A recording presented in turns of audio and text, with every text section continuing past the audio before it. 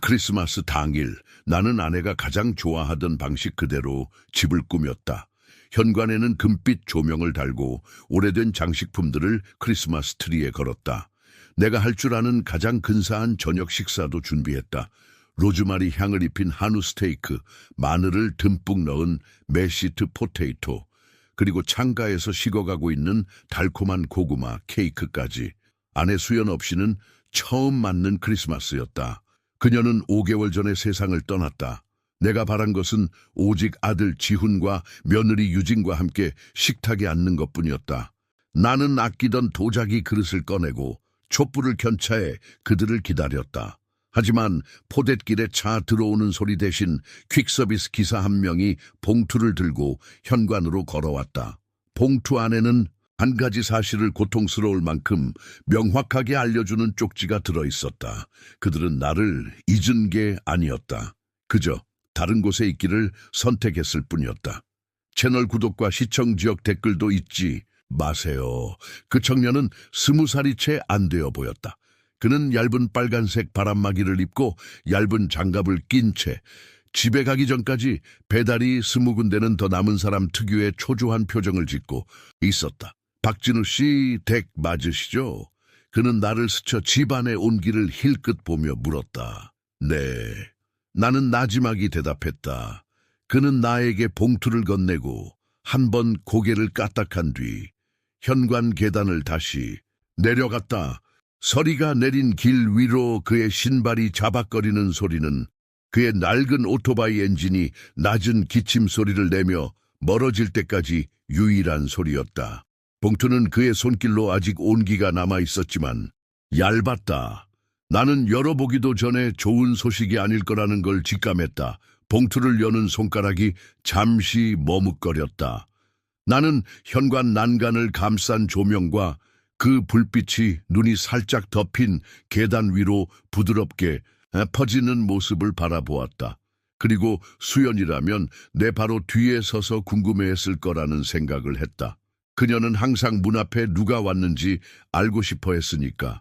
나는 봉투를 뜯었다. 작고 완벽한 필체의 유진의 글씨가 종이 한가운데에 적혀 있었다. 아버님, 저희 올해 크리스마스는 저희 엄마 댁에서 보내기로 했어요.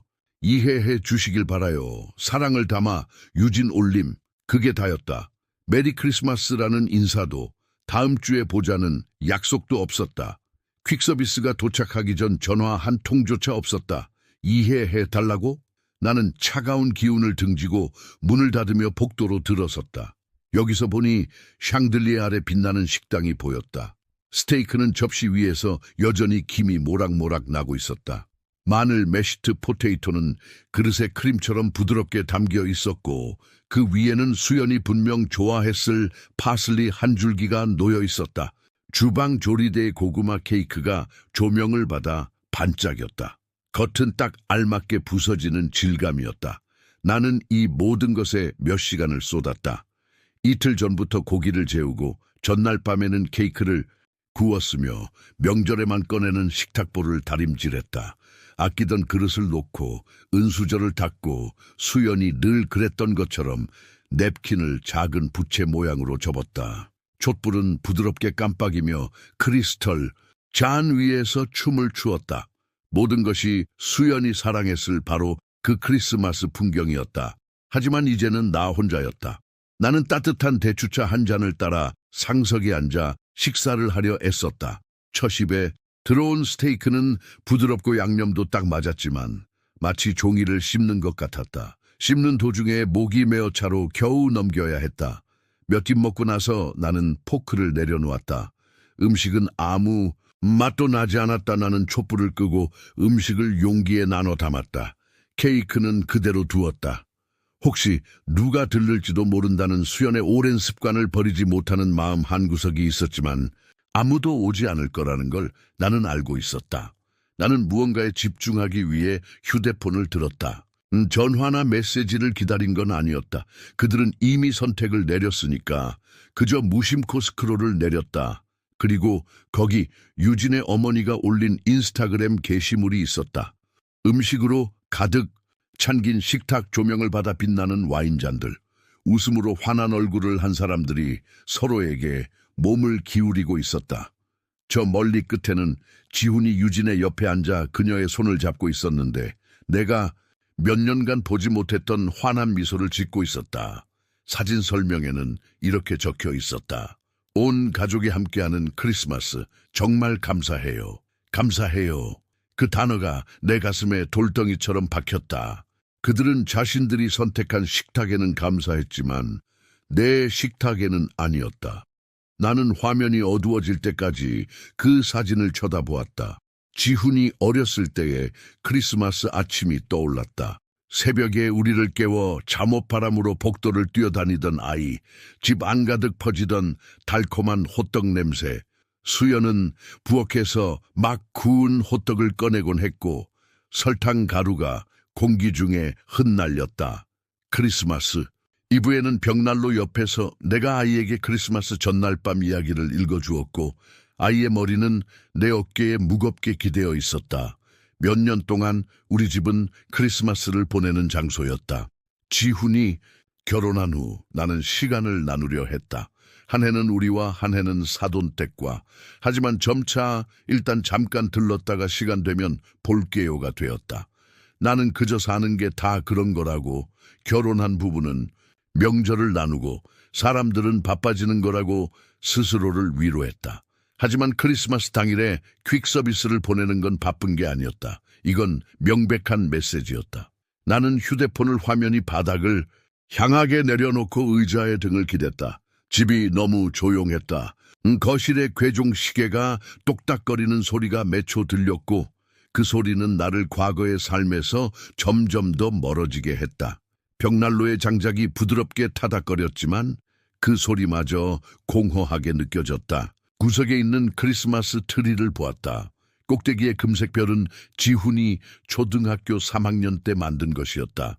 몇 년 전에 한쪽 끝이 부러졌지만 수연은 항상 그 별을 정중앙에 달아야 한다고 고집했다. 이대로 완벽해. 그녀는 말하곤 했다. 오늘 같은 날 그녀라면 무슨 말을 했을까 궁금했다. 아마 그냥 잊어버리고 저녁이나 맛있게 먹으라고, 너무 개인적으로 받아들이지 말라고 했을지도 모른다. 하지만 수연은 나를 너무 잘 알았다. 이건 저녁 식사 문제가 아니라는 걸 알았을 것이다. 이것이 의미하는 바에 대한 문제라는 것을 어느 순간 나는 일어날 것일로 갔다. 40년 넘게 매 크리스마스 밤마다 앉았던 안락 의자에 앉자 삐걱거리는 소리가 났다. 이제 수연의 의자는 비어 있었고 그 옆에는 뜨개질 바구니가 그대로 놓여 있었다.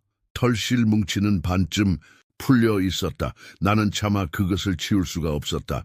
밖에서는 젖은 도로 위로 차 한 대가 천천히 지나가며 헤드라이트 불빛이 벽을 훑었다. 혹시 그들이 마음을 바꿔 돌아온 건 아닐까 하는 생각이 본능적으로 들었지만 차는 계속해서 나아갔다.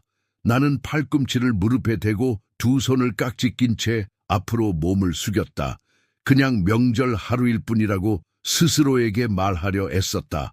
하지만 마음 깊은 곳에서는 그게 아니라는 걸 알고 있었다.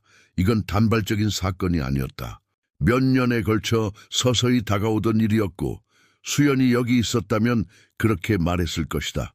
유진이 보낸 쪽지는 내가 둔 그대로 조리대 위에 있었다. 나는 다시 부엌으로 걸어가 그것을 집어 들었다. 그녀의 동글동글한 글씨체는 새하얀 종이 위에서 거의 명랑해 보이기까지 했다. 그들이 이 쪽지를 쓰는 모습을 상상해 보았다. 지훈이 이걸 보내기 전에 보기는 했을까? 아니면 늘 그랬던 것처럼 유진이 가족 간의 소통을 도맡아 처리하면서 지훈이 직접 말해야 하는 불편함을 덜어준 걸까? 스테이크는 이제 완전히 식어 있었다. 나는 용기들을 냉장고에 넣었고 문을 열자 차가운 공기가 쏟아져 나왔다. 케이크는 여전히 조리대 위에 손대지 않은 채 놓여 있었다. 나는 그것을 덮지 않았다. 그럴 수가 없었다. 밤 9시가 다 되어서야 나는 텔레비전을 보는 척하는 것을 포기했다. 트리 조명을 하나씩 끄고 복도를 걸어 침실로 들어갔다. 화장대 위에는 액자에 담긴 사진이 있었다. 수연과 함께한 마지막 크리스마스 사진이었다. 그 해에는 지훈과 유진도 왔었다. 비록 다른 곳에서 이미 배불리 먹고 늦게 도착했지만 사진 속 수연의 미소는 여느 때처럼 따뜻했다. 지우는 예의 바르게 행동했다. 나는 침대 가장자리에 앉아 눈이 흐려질 때까지 그 사진을 바라보았다. 마침내 자리에 누웠을 때 내 옆자리는 차가웠다. 그리고 나는 아주 오랜만에 그들이 나를 잊은 것이 아니라 다른 사람의 식탁을 선택했다는 것을 스스로에게 인정했다. 다음 날 아침 나는 평소보다 일찍 잠에서 깼다. 잠을 거의 못 잤으니 당연했다. 밤새 눈을 뜬 채 천장을 응시했고 밖에 나뭇가지 그림자가 벽에 흔들렸다. 거실의 크리스마스 트리 조명이 여전히 켜져 있었다. 잠들기 전에 끄는 걸 잊었나 보다. 불빛이 가구 위로 부드러운 빛을 드리웠지만 따뜻하게 느껴지기보다는 집이 정지된 것처럼 보이게 했다. 마치 사진 속에 정지된 모습처럼 예쁘지만 얼어붙은 느낌이었다. 나는 바로 커피를 끓이지 않았다. 마음이 너무 뒤숭숭해서 부엌에 가만히 서 있을 수가 없었다. 스웨터를 걸치고 밖으로 나갔다. 아침 공기가 뺨을 스쳤다. 숨을 깊게 들이쉴 때 폐가 시큰거리는 그런 쨍하고 차가운 공기였다. 마당은 아직 밤사이 내린 서리를 머금고 있었다. 잔디 끝은 하얗게 물들었고 새들의 목욕통은 얼어붙어 있었다. 수연은 계절에 상관없이 아침을 여기서 시작하곤 했다. 그녀는 작은 돌길을 따라 정원으로 걸어가 마당 가장자리 단풍나무에 걸린 새 모이통을 확인했다. 그땐 이해할 수 없었다. 한겨울의 새들에게 먹이를 주는 게 무슨 소용일까? 하지만 그녀는 그저 미소 지으며 말했다. 그래도 먹어야 사니까요, 여보. 아무도 보고 있지 않을 때도요. 나는 이제 그 길을 따라 걷고 있었다. 두 손은 스웨터 주머니 깊숙이 찔러 넣었다. 모이통은 바람에 부드럽게 흔들렸고 비어 있었다. 경사진 지붕이 있는 작은 나무집 모양이었다. 물론 수연의 선택이었다. 새들이 환영받는 느낌이 들게 해준다고 했다. 내가 왜 손을 뻗어 그것을 확인했는지는 모르겠다. 아마 습관이었을 것이다. 하지만 나무 틀에 손을 대자 기둥과 지붕 사이에 끼워진 무언가에 손가락이 닿았다. 봉투였다. 너무 잘 숨겨져 있어서 하마터면 놓칠 뻔했다. 종이는 가장자리가 약간 낡았지만 봉인 부분은 여전히 붙어 있었다. 앞면에는 내 이름이 적혀 있었다. 박진우가 아니라 진우 씨에게. 수연이 생일 카드나 냉장고에 붙여두는 작은 메모에 항상 쓰던 방식 그대로였다. 그녀의 필체에 나는 숨이 멎는 것 같았다. 나는 마치 그 글씨에서 그녀를 느낄 수 있다는 듯이 엄지손가락으로 글자를 쓸어 보았다. 구석에는 그녀가 죽기 일주일 전인 거의 6개월 전의 날짜가 적혀 있었다. 숨이 가빠졌다. 나는 혹시 누가 서서 어떻게 해야 할지 말해주지 않을까 주위를 둘러보았지만 그곳에는 나 자신과 서리 그리고 고요함뿐이었다. 나는 그것을 들고 안으로 들어가 식탁에 앉았다. 봉투를 열기 전까지 일부는 좋게 그것을 쳐다본 것 같았다. 안에 종이는 깔끔하게 접혀 있었다. 단 한 장. 인사도 메리 크리스마스라는 말도 없이 수연의 틀림없는 필체로 본론만 적혀 있었다. 만약 당신이 이걸 읽고 있다면 내가 바라지 않던 일이 일어난 거겠죠. 내 서재 책상 첫 번째 서랍으로 가보세요. 거기에 더 있어요. 그게 전부였다. 설명도 서명도 없었다. 의자가 바닥에 끌리는 소리를 내며 나는 일어나 복도를 걸어 서재로 갔다. 수연의 책상은 그녀가 떠난 날 이후로 아무도 손대지 않았다. 팽고지, 십자말풀이, 책더미 위에 얹힌 돋보기 안경, 그리고 클립이 가득 담긴 작은 도자기 그릇이 여전히 그 자리에 있었다. 나는 무릎을 꿇고 첫 번째 서랍을 열었다. 처음에는 편지지, 메모장 반쯤 쓴 우표 묶음 같은 평범한 것들만 보였다. 하지만 서랍 바닥을 손으로 훑자 무언가에 손가락이 걸렸다. 서랍 밑면에 다른 봉투가 테이프로 붙어 있었다. 이번 것은 더 두꺼웠다. 나는 조심스럽게 그것을 떼어냈다. 작은 노소에 열쇠가 클립으로 밖에 고정되어 있었다. 안에는 열쇠와 함께 접힌 서류 한 장과 수연의 글씨로 된 또 다른 쪽지가 있었다. 진우 씨, 만약 지훈이가 당신을 외면하게 되면 이게 이해될 거예요. 이 열쇠로 열리는 곳에 당신에게 필요한 모든 것이 있어요. 그곳은 당신 거예요. 항상 그랬어요. 당신이 몰랐을 뿐이지. 나는 발뒤꿈치에 주저앉았다. 손에 든 종이가 미세하게 떨렸다. 그녀는 알고 있었다. 이 모든 걸 예상하고 있었던 것이다. 서류는 등기 권리증이었다. 내 이름이 굵은 글씨로 인쇄되어 있었다. 주소는 내가 모르는 곳이었다. 여기서 차로 약 40분 거리에 있는 작은 마을 양평. 나는 그곳에 서서 조각들을 맞추려 애쓰며 그것을 쳐다보았다. 우리는 그곳에 부동산을 가진 적이 없었다. 수연은 함께한 세월 동안 단 한 번도 그곳에 대해 언급하지 않았다. 왜 나에게 장소를 숨겼을까? 그리고 왜 그것을 지훈이 나를 외면할 가능성과 연결지었을까? 나는 손 안에서 열쇠를 뒤집어 보았다. 금속은 차가웠고 가장자리는 부드러웠다. 오래 사용했지만 깨끗하게 닦여 있었다. 누군가에게, 아마도 내 이웃이자 오랜 친구인 철수에게 전화해볼까 생각했지만 이 모든 것을 전화로 설명하는 것은 옳지 않게 느껴졌다. 이건 내가 직접 봐야만 하는 일이었다. 나는 봉투와 열쇠를 책상 위에 놓고 침실로 가 하룻밤 묵을 가방을 꺼냈다. 갈아입을 옷, 손전등, 지갑, 그리고 수연이 장거리 운전할 때마다 항상 챙겨가라고 했던 보온병. 간단한 샌드위치를 만들고 보온병에 커피를 채웠다. 시계를 보니 9시가 조금 넘었다. 겨울 해는 낮게 떠 있었지만 길은 충분히 운전할 만했다. 가방 지퍼를 잠그다가 구석에 있는 의자에 눈길이 닿았다. 등받이에는 수연의 낡은 파란색 카디건이 걸쳐져 있었다. 그녀는 침대에서 책을 읽을 때 소매를 걷어 올리고 코에 안경을 걸친 차에 그 카디건을 입곤 했다. 나는 손을 뻗어 그 옷감을 쓸어 보았다. 당신 다 생각해뒀구나. 그렇지? 나는 텅 빈 방을 향해 말했다. 도시를 벗어나는 길은 조용했다.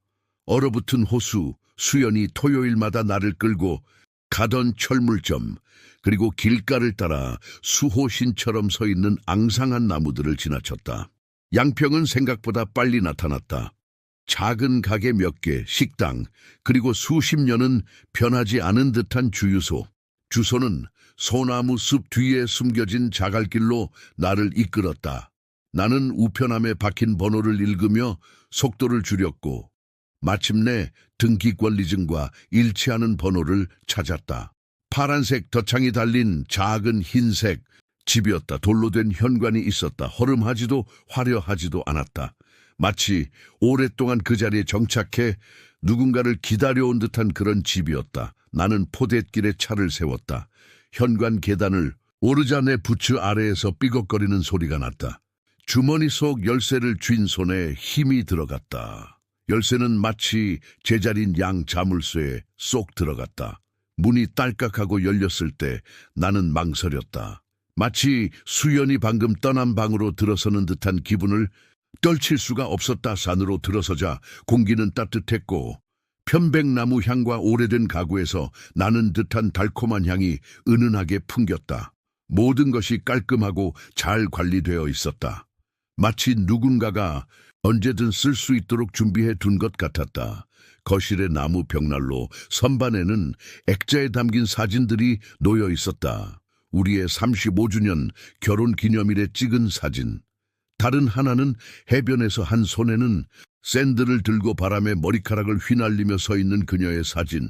그리고 내가 처음 보는 사진도 있었다. 이 현관에 앉아 커피잔을 들고 사진 프레임 바로 밖에 있는 누군가를 향해 미소 짓고 있는 수연의 모습이었다.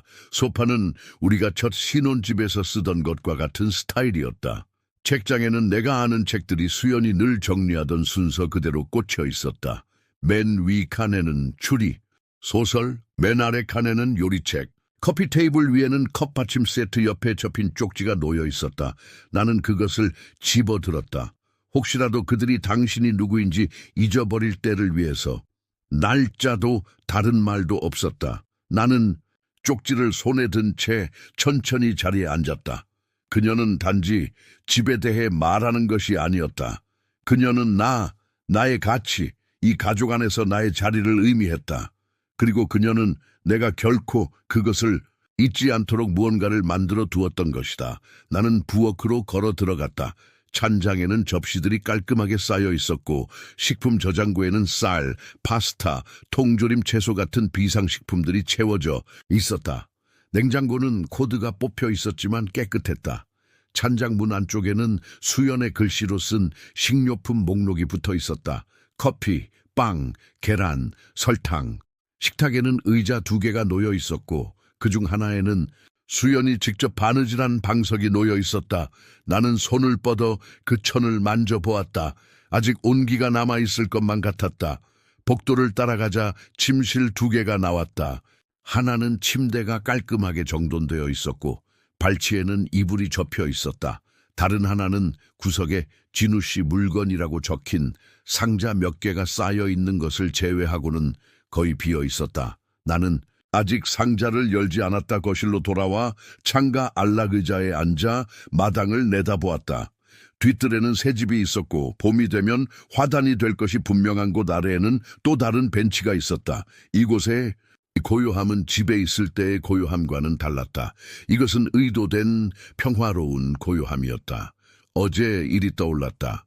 유진의 쪽지와 인스타그램 사진.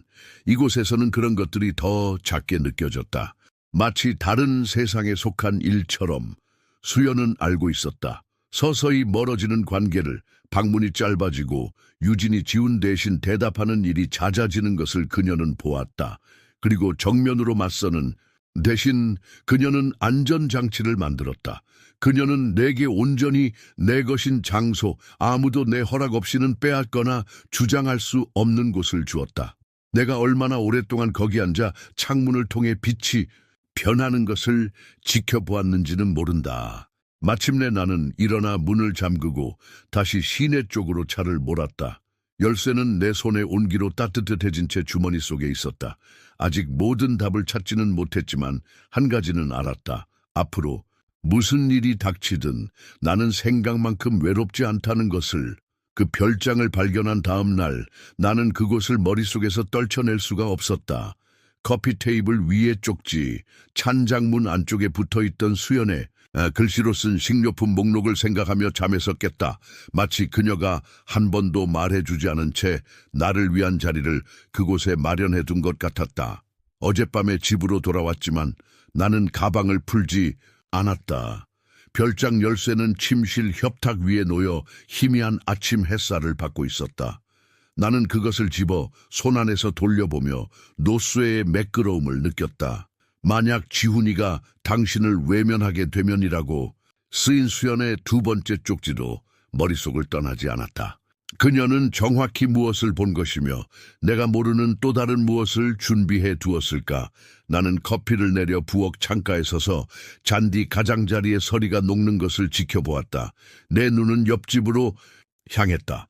이철수 씨의 낡은 포터트럭이 포댓길에 서 있었다. 철수 씨는 오랜 친구이자 은퇴한 변호사였다. 주말 신문 십자 말풀이를 절대 놓치지 않고 30년 전 야구 기록을 줄줄 웰 수 있는 그런 사람이었다. 만약 누군가 법률 서류를 이해하도록 돕거나 숨겨진 등기권 리증이 무엇을 의미하는지 말해줄 수 있다면 그건 바로 그 사람이었다. 나는 커피를 길게 한 모금 마시고 컵을 내려놓은 뒤 수연의 책상에서 등기권 리증이 든 봉투를 집었다. 철수 씨는 플란넬 셔츠를 입고 반쯤 먹은 토스트를 든 채 문을 열었다. 진우 씨, 그는 눈썹을 치켜 올리며 말했다. 웬일로 이렇게 일찍? 별일 없으시죠?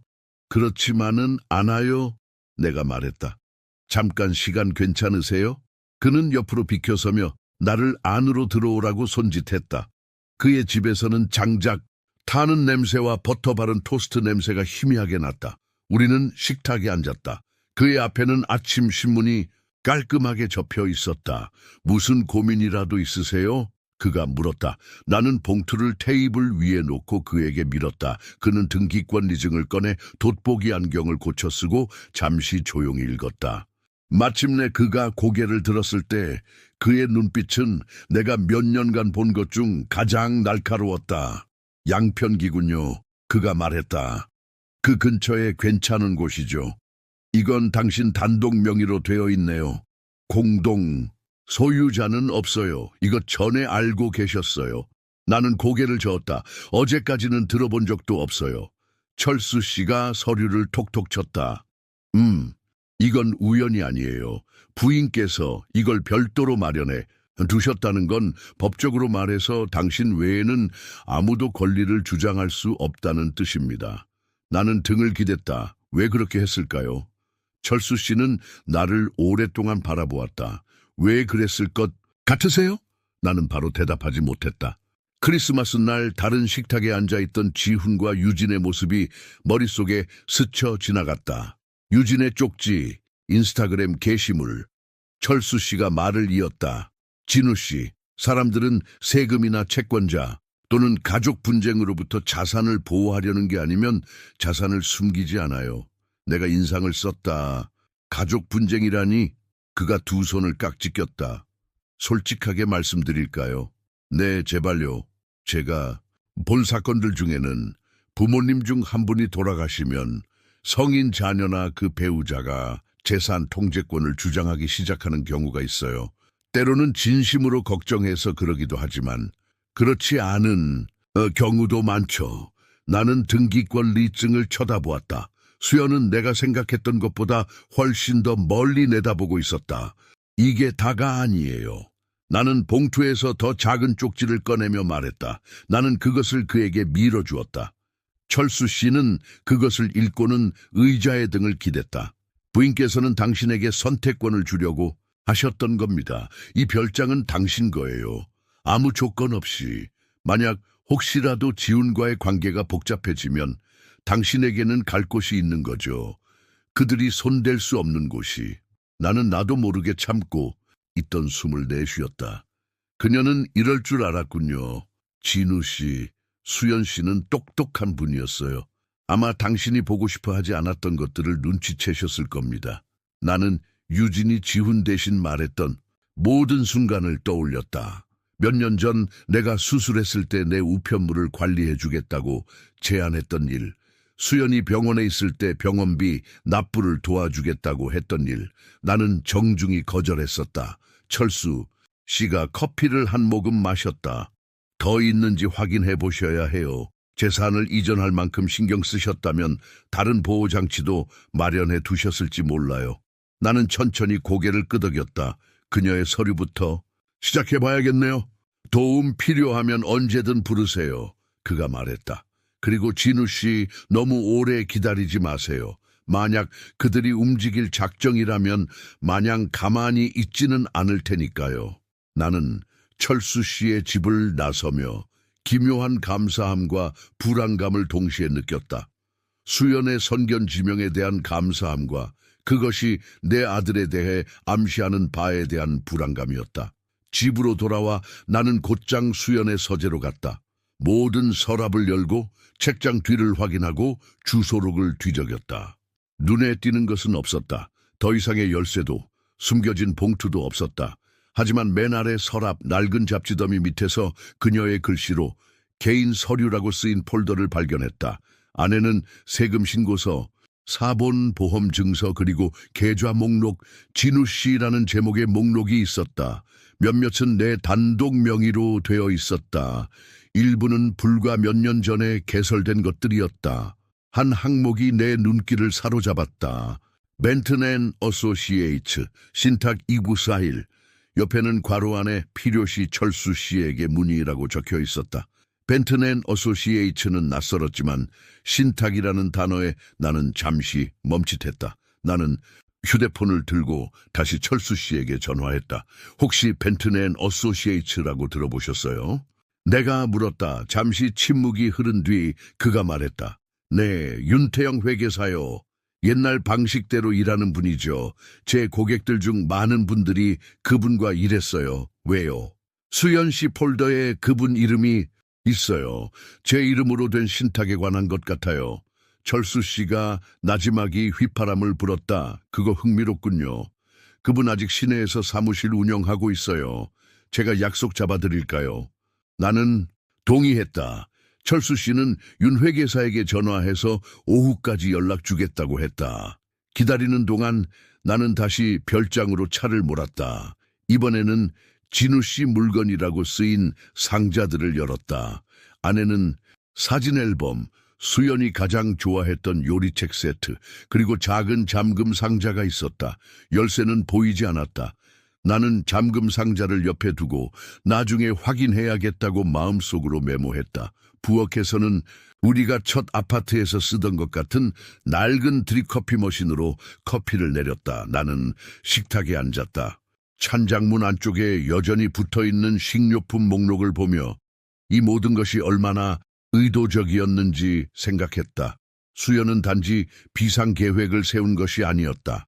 그녀는 안식처를 지어두었던 것이다. 집으로 돌아오자 3시가 조금 넘어 철수 씨에게서 전화가 왔다. 윤 회계사님이 내일 아침에 뵐 수 있답니다. 그가 말했다. 부인께서 남기신 서류가 좀 있다고 말씀드렸어요. 제가 무슨 얘기를 하는지 아시는 눈치던데요. 그날 밤 나는 침대에 누워 이 모든 것을 되짚어 보았다. 숨겨진 별장, 개인 신탁, 수연의 조용한 경고들은 단순한 문장들 속에 담겨 있었다.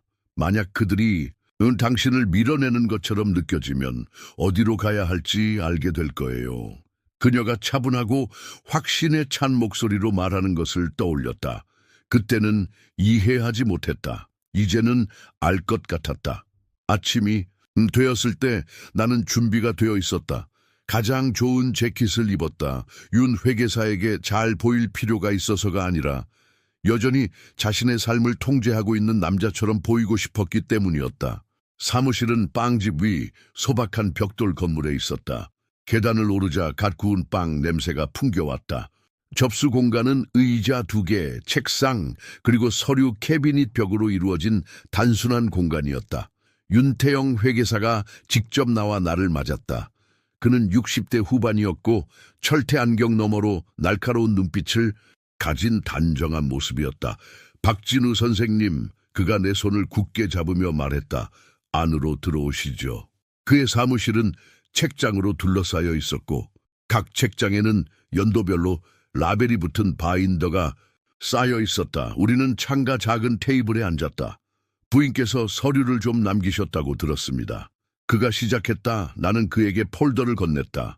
그는 특정 페이지에서 고개를 끄덕이며 서류를 넘겨보았다. 네, 제가 생각했던 게 맞군요. 그가 마침내 말했다. 부인께서 약 5년 전에 선생님 명의로 개인 신탁을 설정하셨습니다. 공동계좌와는 별개로요. 조건에 대해 아주 명확히 하셨습니다. 오직 선생님의 통제 하에 있으며 후임 수탁자는 선생님 외에는 없습니다. 내가 눈을 깜빡였다. 왜 저에게 말하지 않았을까요? 그가 희미하게 미소 지었다. 선생님께서 이게 필요하다고 생각하시길 원치 않으셨다고 했습니다. 그냥 만약을 위한 조치일 뿐이라고요. 나는 그 말을 곱씹으며 등을 기댔다. 얼마나 들어있습니까? 윤 회계사가 말한 금액에 나는 숨을 멈췄다. 내가 상상했던 것보다 훨씬 많은, 무슨 일이 일어나든 몇 년은 끄떡없이 지낼 수 있을 만큼의 돈이었다. 부인께서는 지시도 남기셨습니다. 윤 회계사가 말을 이었다. 상황이 변하면 이건 제 말이 아니라 부인의 표현입니다. 그리고 선생님께서 압박을 받거나 소외된다고 느끼시면 제가 선생님께 이 신탁에 대해 전부 설명해 드리라고 하셨습니다. 나는 크리스마스 날 퀵서비스 기사, 텅 빈 식탁 인스타그램 게시물을 떠올렸다. 글쎄요, 내가 조용히 말했다. 아무래도 상황이 변한 것 같군요. 윤 회계사가 고개를 끄덕였다. 필요한 서류를 준비하겠습니다. 그동안 가족들과의 관계를 어떻게 처리하고 싶으신지 생각해 보시는 게 좋을 겁니다. 나는 작고 씁쓸한 웃음을 지었다. 그게 바로 100만 불짜리 질문이죠. 윤 회계사의 사무실을 나왔을 때 겨울 공기는 더 날카롭게 느껴졌다. 하지만 내 주머니에는 확실함의 무게가 있었다. 단지 별장 열쇠뿐만이 아니라 수연이 내게 누구도 손댈 수 없는 이것을 주었다는 알미였다. 아주 오랜만에 나는 수세에 몰린 기분이 아니었다. 나는 준비가 된 기분이었다. 윤 회계사를 만난 지 사흘 후 부엌에서 커피를 내리고 있는데 밖에서 자갈 위로 타이어 구르는 소리가 들렸다. 보통 내포댓길이 비어있는 오전 시간이었다. 싱크대 위 창문으로 은색 SUV 한 대가 들어오는 것이 보였다. 지훈의 차였다. 내 커피포트를 쥔 손에 힘이 들어갔다. 나는 그것을 내려놓고 수건에 손을 닦은 뒤 현관으로 걸어갔다. 손잡이를 잡으려는 순간 노크 소리가 들렸다. 짧게 3번 그리고 침묵 더 문을 열자 현관에 지훈이 재킷 주머니에 손을 찔러 넣은 채 서 있었다. 그는 눈까지 웃지 않는 억지 미소를 지었다. 아빠. 그 뒤로 시동이 걸린 SUV 조수석에는 유진이 휴대폰을 보고 있었다. 그녀는 고개조차 들지 않았다. 무슨 일이야? 나는 목소리를 편기하게 유지하며 물었다. 그가 발을 이리저리 옮겼다. 그냥 들렀어요. 크리스마스 이후로 얘기도 못했잖아요. 내가 문틀에 기댔다. 그때 여기 있었으면 얘기할 수 있었겠지. 그의 얼굴에 불편한 기색이 스쳤다. 네, 그건 유진이 엄마가. 올해는 그냥 그게 나았어요. 내가 손을 들었다. 설명할 필요 없어. 쪽지 읽었으니까. 그가 헛기침을 했다. 네, 어쨌든 아빠 어떻게 지내시는지 보러 오기도 했고 또 몇 가지 얘기 좀 하려고요. 얘기? 네, 엄마 물건들이나 계좌 같은 거요. 며칠 전에 창고에서 낚싯대 찾다가 서류 상자 몇 개를 봤어요. 아빠가 그거 정리하는 데 도움이 필요하실 것 같아서요. 바로 그거였다. 진짜. 이유 나는 바로 대답하지 않았다. 그저 최스 상대가 첫 수를 두는 것을 지켜보듯 그를 지켜보았다. 내가 그런데 도움이 필요하다고 왜 생각했니? 내가 물었다. 그는 망설이며 SUV를 힐끗 돌아보았다. 아빠 혼자 할 일이 너무 많으시잖아요. 그래서 유진이랑 제가 좀 도와드려서 모든 게 잘 정리되도록 하면 어떨까 얘기해봤어요. 누구를 위해서? 그가 눈을 깜빡였다. 아빠를 위해서요. 모두를 위해서죠 사실은. 나는 문간에서 물러서며 안으로 들어오라고 손짓했다. 그는 나를 지나쳐 거실로 들어와 마치 처음 보는 것처럼 주위를 둘러보았다. 여전하네요. 그가 말했다. 바꿀 필요 없는 것들도 있지. 내가 대답했다. 우리는 마주 앉았다. 나는 내 안락의제, 그는 소파에. 우리 사이에는 불과 몇 피트 떨어져 있어도 느껴지는 그런 공간이 있었다. 그래, 내가 말했다. 네가 제안하는 그 스톰에 대해 더 말해봐. 그가 다시 몸을 움직여 팔꿈치를 무릎에 기댔다. 저희 생각에는 이것저것 통합하고 간소화하고 계좌도 좀 옮기면 좋을 것 같아요. 요즘 연세 드신 분들이 실수나 사기에 얼마나 취약한지에 대해 읽어봤거든요. 나는 일부러 불편할 만큼 잠시 침묵을 지켰다. 연세에 드신 분들이라. 그런 뜻 맞는 것 같구나. 나는 앞으로 몸을 기울였다. 하나만 물어보자, 지훈아.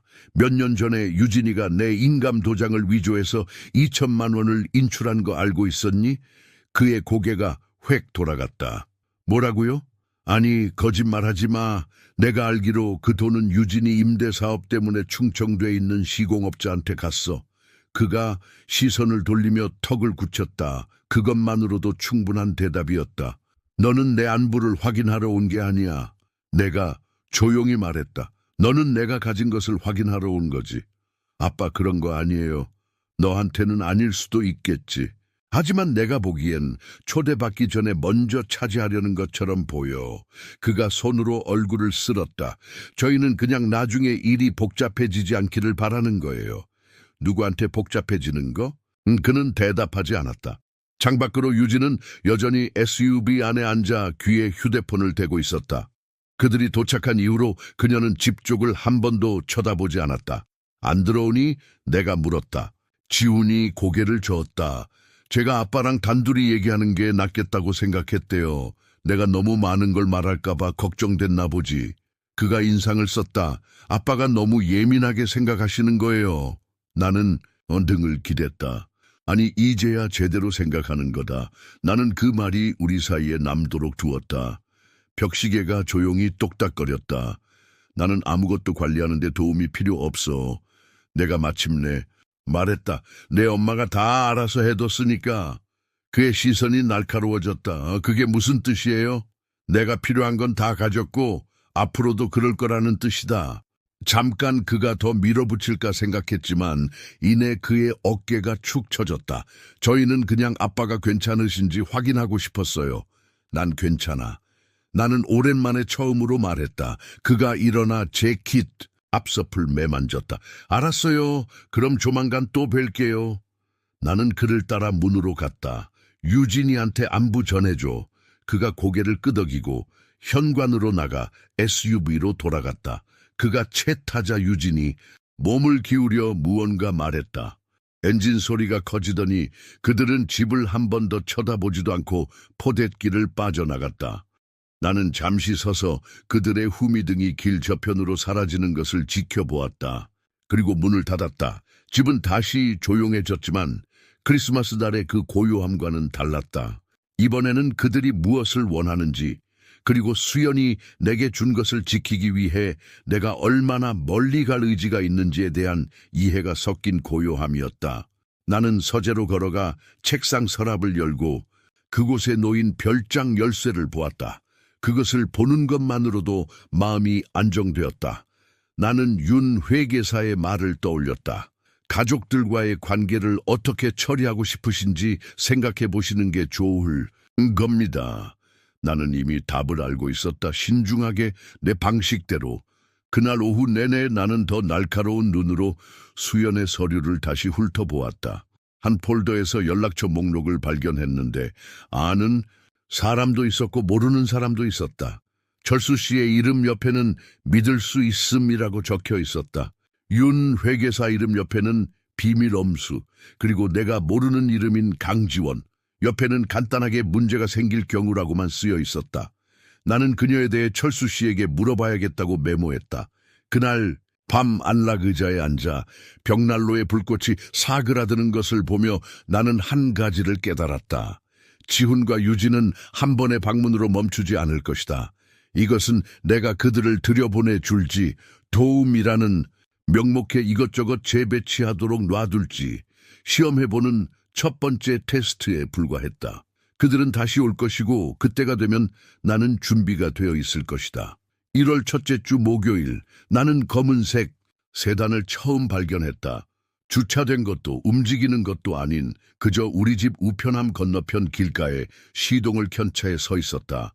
처음에는 배달차고인가 생각했다. 하지만 차가 오래 서 있을수록 누군가를 기다리고 있는 것처럼 느껴졌다. 나는 커피를 들고 현관으로 나가 일부러 그 차를 똑바로 쳐다보지 않는 척했다. 어두운 코트를 입은 남자가 운전석에 앉아 무언가 읽는 듯 고개를 숙이고 있었다. 창문은 모든 것을 의도적으로 보이게 할 만큼만 어둡게 틴팅되어 있었다. 5분이 지났다. 10분. 마침내 그는 집 쪽은 쳐다보지도 않고 차를 몰고 떠났다. 기분이 좋지 않았다. 정고가 되자 나는 재킷을 입고 철수 씨의 철물점으로 향했다. 철수 씨는 30년 동안 수연의 모든 집수리 프로젝트를 도왔고 지난 5개월 동안은 나의 조력자였다. 그는 사람들을 잘 알았다. 내가 안으로 들어서자 문 위에 종이 딸랑거렸다. 진우 씨, 그가 카운터 뒤에서 말했다. 오늘 오실 줄은 몰랐네요. 네, 뭐? 내가 카운터에 기대며 말했다. 아침에 좀 맘에 안 드는 걸 봐서요. 혹시 누가 제 바람에 물어본 사람 없나 해서요. 그가 눈썹을 치켜 올리며 물었다. 어떤 거요? 검은색 세단이요. 한참을 집 앞에 서 있었어요. 안에 탄 남자는 내리지도 노크하지도 않고 그냥 기다리기만 하더군요. 철수 씨가 인상을 썼다. 제가 아는 번호판은 아닌데. 근데 이틀 전에 지훈 씨가 여기 왔었어요.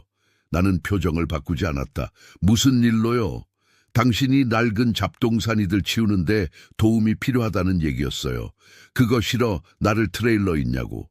묻더군요. 당신이 곧 짐을 줄일 거라고 하던데요. 짐을 줄인다? 그건 누군가를 내보낼 때 쓰는 말이었다. 그래서 뭐라고 하셨어요? 내가 물었다. 철수 씨가 고개를 저었다. 당신이 제 도움이 필요하면 직접 전화할 거라고 했죠. 잘하셨어요. 나는 숨을 골랐다. 수연 씨 서류에 있던 그 이름 기억하세요? 강지원 씨. 철수 씨가 천천히 고개를 끄덕였다. 네, 그분한테 전화하시려고요. 수연 씨가 왜 그분 이름 옆에 문제가 생길 경우라고 썼는지 알아야겠어요. 철수 씨가 카운터 아래에서 낡은 명함첩을 꺼내 뒤적이다가 카드 한 장을 찾아냈다. 그는 그것을 내게 밀어주었다. 시내에 있어요. 작은 개인 컨설팅 회사를 운영하는데 자산 관리, 분쟁 해결, 뭐 그런 종류의 일이죠. 싸진 않지만 입을 열기도 전에 상대방의 가치를 알아보는 그런 사람이에요. 나는 카드를 주머니에 넣었다. 고마워요, 철수 씨. 내가 떠나기 전에 그가 덧붙였다. 진우 씨, 지훈 씨가 움직이기 시작했다면 혼자 하는 게 아닐 겁니다. 조심하세요. 그럴 생각입니다. 그날 오후 나는 그 번호로 전화했다. 차분하고 딱 부러지는 비즈니스적인 여성의 목소리가 들렸다. 모건 컨설팅입니다. 강지원 씨 되십니까? 제 이름은 박진우입니다. 저를 모르시겠지만 제 아내 수연을 아셨더군요. 잠시 침묵이 흘렀다. 박진우 선생님, 네, 수연 씨를 알죠. 그녀는 선생님께서 어떤 분이신지 아주 명확하게 말씀해 주셨습니다. 나는 그게 좋은 뜻인지 나쁜 뜻인지 알 수 없었다. 아나의 서류에 선생님 성함이 있었습니다. 문제가 생길 경우라고요. 문제가 문을 두드리는 것 같습니다. 우리는 다음 날 아침 시내 작은 카페에서 만나기로 했다. 내가 도착했을 때 강지원 씨는 이미 구석자리에 가죽 수첩과 차 한 잔을 놓고 앉아 있었다. 그녀는 50대였고 눈빛이 날카로웠다. 모든 것을 알아채고 필요한 말만 하는 그런 사람이었다. 박진우 선생님, 그녀가 일어나 악수를 청하며 말했다. 삼가 조의를 표합니다. 감사합니다. 우리는 자리에 앉았다. 문제가 문을 두드린다고 하셨죠. 그녀가 시작했다. 말씀해보세요. 그래서 나는 모든 것을 말했다. 크리스마스 쪽지, 지훈의 방문, 몇 달 전 발견한 위조된 인감, 그리고 이제는 검은색 세단까지. 그녀는 중간에 말을 끊지 않고 들으며 가끔씩 메모를 했다. 내가 말을 마치자 그녀가 말했다. 아드님과 며느님은 먼저 사회적으로 선생님의 독립성을 깎아내리고 그 다음에는 재정적으로 계좌나 부동산에 접근하거나 선생님께서 관리 능력이 없다는 인식을 심으려는 전략을 취하고 있군요. 내가 고개를 끄덕였다. 그럼 그 세단은 사설 탐정일 수도 있고 구매자일 수도 있습니다. 어느 쪽이든 그들과 관련이 있겠죠. 사람들은 이유 없이 남의 집 밖에 주차하지 않으니까요. 내가 몸을 기울였다. 수연은 당신을 믿었어요. 그러니 솔직하게 묻겠습니다. 당신이라면 어떻게 하시겠습니까? 그녀가 수첩을 한 장 넘겼다. 경계를 보호하고 자산을 동결하고 선생님께서 유능할 뿐만 아니라 앞으로의 모든 변화는 선생님의 선택이라는 것을 보여주는 서류상의 증거를 만드세요. 우리는 1시간 동안 재산 등기, 계좌명에 심지어 수연이 남긴 별장에 대한 세부 사항을 검토했다. 한 번은 그녀가 물었다. 수연 씨가 돌아가신 후 지훈 씨와 유진 씨 외에 집에 들어온 사람이 있습니까? 나는 생각에 잠겼다. 딱 한 번 전력회사 직원이라고 주장하는 남자가 내부 계량기를 확인해야 한다고 했다. 나는 그를 들여보냈지만 그는 계량기 근처에도 가지 않았다. 강지원 씨의 펜이 멈췄다. 그리고 회사에 전화해서 확인하지 않으셨고요.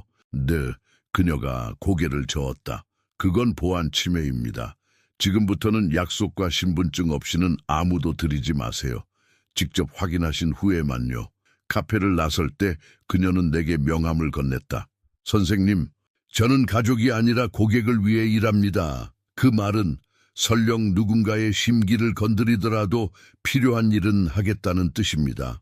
그게 바로 제가 찾던 겁니다. 트럭으로 돌아가는 길에 몇 칸 떨어진 곳에 검은색 세단이 주차되어 있는 것을 보았다. 우리 동네에서 본 것과 같은 차는 아니었지만 소름이 돋을 만큼 비슷했다. 나는 아직 강지원 씨에게는 말하지 않았다. 집으로 돌아와 나는 즉시 그녀의 조언을 따랐다. 자물쇠를 바꾸고 특정 서류들을 책상에서 다락방의 잠금 상자로 옮겼다. 은행에 전화해 계좌 알림 설정을 업데이트해서 비정상적인 활동이 있을 경우 통보받도록 했다. 그날 저녁 수연의 폴더를 다시 정리하다가 전에 놓쳤던 것을 발견했다. 그녀의 글씨로 내 이름이 쓰인 봉인된 봉투였다. 나는 조심스럽게 그것을 열었다. 안에는 한 장의 종이가 있었다. 당신이 이걸 읽고 있다면 내가 예상했던 것을 당신도 보게 되었다는 뜻이겠죠. 강지원 씨를 믿으세요. 그리고 그들이 이기고 있다고 생각하게 두는 것을 두려워하지 마세요. 당신이 그들이 틀렸다는 것을 보여줄 준비가 될 때까지. 나는 오랫동안 거기에 앉아 있었다. 벽난로에 불은 사그라들고 있었고 그녀가 나와 그들을 얼마나 잘 알았는지 생각했다. 밖 어딘가 길 아래쪽에서 엔진 소리가 몇 초간 들리다가 멀어져 갔다. 문제는 더 이상 문을 두드리는 수준이 아니었다. 그것은 주위를 맴돌고 있었고 나는 방금 첫 번째 진정한 동맹을 찾았다. 그것은 노크 소리로 시작되었다. 예의 바른 3번의 노크가 아니었다. 날카롭고 공적인 소리였다. 문을 열자 베이지색 바람막이를 입은 남자가 클립보드를 들고 서 있었다. 박진우 씨 맞으십니까? 그가 물었다. 네. 법원에서 온 통지서를 전달하러 왔습니다. 자세히 읽어보셔야 할 겁니다. 그는 내게 두꺼운 봉투를 건네고는 서명을 기다리지도 않고 돌아섰다. 안에는 청구서가 들어있었다. 성년 후견 개시 심판 청구서, 지훈과 유진이 청구한 내 대한 후견 신청이었다. 나는 그 글을 2번 그리고 3번 읽었다. 그들은 내가 인지기능 저하로 인해 개인적 또는 재정적 사무를 처리할 능력이 더 이상 없다고 주장했다. 미납된 공과금, 은행 비밀번호 혼동, 가스레인지를 켜둔 사건 등 예시를 나열했다. 절반은 거짓말이었고 나머지 절반은 왜곡된 반쪽짜리 진실이었다. 나는 즉시 강지원 씨에게 전화했다. 그녀는 2번째 신호음에 받았다. 예상보다 빨리 움직였군요. 내가 첫 문단을 읽어주자 그녀가 말했다. 성년 후견 심판은 위험할 수 있습니다. 대부분의 사람들이 생각하는 것보다 받기 쉽죠. 특히 법원이 당신이 고립되어 있다고 믿는다면요. 난 고립되지 않았어요. 내가 말했다. 네, 하지만 그들은 당신이 고립된 것처럼 그림을 그리고 있어요. 그리고 우리가 먼저 대응하지 않으면 그 그림이 법원의 눈에는 현실이 될 겁니다. 정고가 되자 나는 그녀의 사무실에 앉아 있었다. 청구서가 그녀의 책상 위에 펼쳐져 있었다. 별장에 대해서도 언급했어요. 내가 마지막 페이지를 톡톡 치며 말했다. 재관리해두면 방치될 위험이 있다고 주장하고 있어요. 강지원 씨가 수첩에 작게 메모했다. 이건 단지 선생님의 독립성에 대한 문제가 아닙니다. 그들은 그 별장에 묶인 자산을 풀고 싶어 해요. 아마 다른 무언가를 위한 담보로 쓰려는 거겠죠. 그녀는 일어나 서류 캐비닛으로 가서 폴더 하나를 꺼냈다. 우리가 할 일은 이겁니다. 그녀가 말했다. 우리만의 서류 증거를 만드는 거죠. 선생님께서 유능하다는 것을 증명하는 의학적 소견서, 선생님께서 직접 계좌를 관리했다는 기록, 그리고 선생님의 명확한 판단력과 의사결정 능력을 증언해줄 증인들. 내가 인상을 썼다. 증인이요? 네. 선생님께서 계약서를 읽고 물건을 구매하고 재산을 관리하는 것을 도움 없이 하는 것을 본 사람들이요. 사소한 것 하나하나가 중요합니다. 만약 우리가 법원에 그들 것보다 더 두꺼운 증거 더미를 제출하면 심리가 시작되기도 전에 우리가 이기는 겁니다. 만약 지면요, 그녀의 눈이 내 눈과 마주쳤다. 그러면 모든 것에 대한 통제권을 잃게 됩니다. 하지만 우리는 지지 않을 겁니다. 첫 번째 목적지는 은행이었다. 나는 지점장인 박 부장님을 알고 있었다. 수연과 나는 몇 년 동안 그분과 거래해왔다. 그녀는 평소처럼 따뜻하게 나를 맞았다. 박 선생님, 무엇을 도와드릴까요? 최근 6개월치 거래 내역서 4본이 필요합니다. 내가 말했다. 그리고 제가 개인적으로 거래를 처리했다는 기록도요. 그녀는 강지원 씨를 힐끗 보고는 다시 나를 보았다. 무슨 문제 있으세요? 가족 문제요. 내가 간단히 말했다. 그리고 제가 여전히 이 배의 선장이라는 걸 보여주어야 합니다. 그녀가 고개를 끄덕였다. 선생님께서는 매달 직접 오셔서 입금하셨죠. 그 기록을 출력해 드릴 수 있습니다. 도움이 될 겁니다. 은행에서 우리는 김 원장님의 병원으로 갔다. 수연의 주치의이자 내 주치의이기도 했다. 그는 간단한 검사를 했다. 반사신경, 기억력 질문, 그리고 간단한 필기 테스트. 검사가 끝나자 그는 의자에 등을 기댔다. 박 선생님, 제가 뵌 이래로 가장 정신이 또렷하시네요. 완전한 인지 능력을 가지고 계시다는 소견서를 작성해 드리겠습니다. 그게 바로 제가 필요한 겁니다, 원장님. 돌아오는 차 안에서 강지원 씨가 말했다. 이제 당신의 주변인 외의 증인이 필요합니다. 이웃 가게 주인, 최근에 당신과 비즈니스적인 상호작용을 한 사람이면 누구든요. 나는 잠시 생각했다. 철물점의 이 사장님과 동네 마트에 김 사장님이 있다. 수연이 떠난 후로는 내가 모든 주문을 처리해왔다. 완벽해요. 강지원 씨가 말했다. 그들의 진술을 서면으로 봤죠. 다양할수록 지훈 씨와 유진 씨가 편견이라고 주장하기 어려워집니다. 우리는 먼저 마트로 들렀다. 김 사장님이 카운터 뒤에서 손을 닦으며 나왔다. 박 선생님, 집은 괜찮으세요? 그럭저럭요. 내가 말했다. 부탁할 게 하나 있어서요. 내가 설명하자 그의 표정이 굳어졌다. 그들이 선생님 인생을 통제하려고 한다고요. 그건 옳지 않아요. 필요한 건 뭐든지 써드릴게요. 선생님은 매주 목록을 들고 와서 가격 비교하고 실수도 잡아내시잖아요. 제가 상대하는 손님들 절반보다 더 똑똑하세요. 내가 미소 지었다. 고마워요, 김 사장.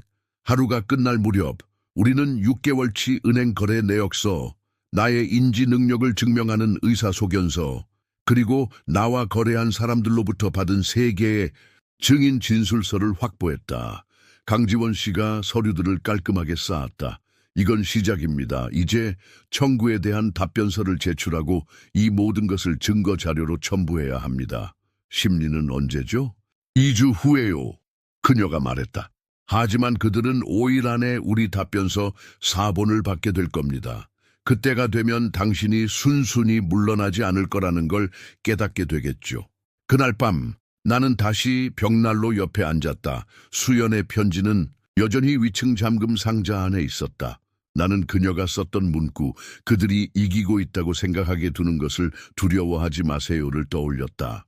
지훈과 유진이 이 청구서가 자신들의 결정타라고 생각할지 궁금했다. 어쩌면 그럴지도 모르지만 결정타는 양쪽 모두에게 작용하는 법이다. 사흘 후 철수 씨가 전화했다. 진우 씨 알아두시는 게 좋을 것 같아서요. 지훈 씨가 또 왔었어요.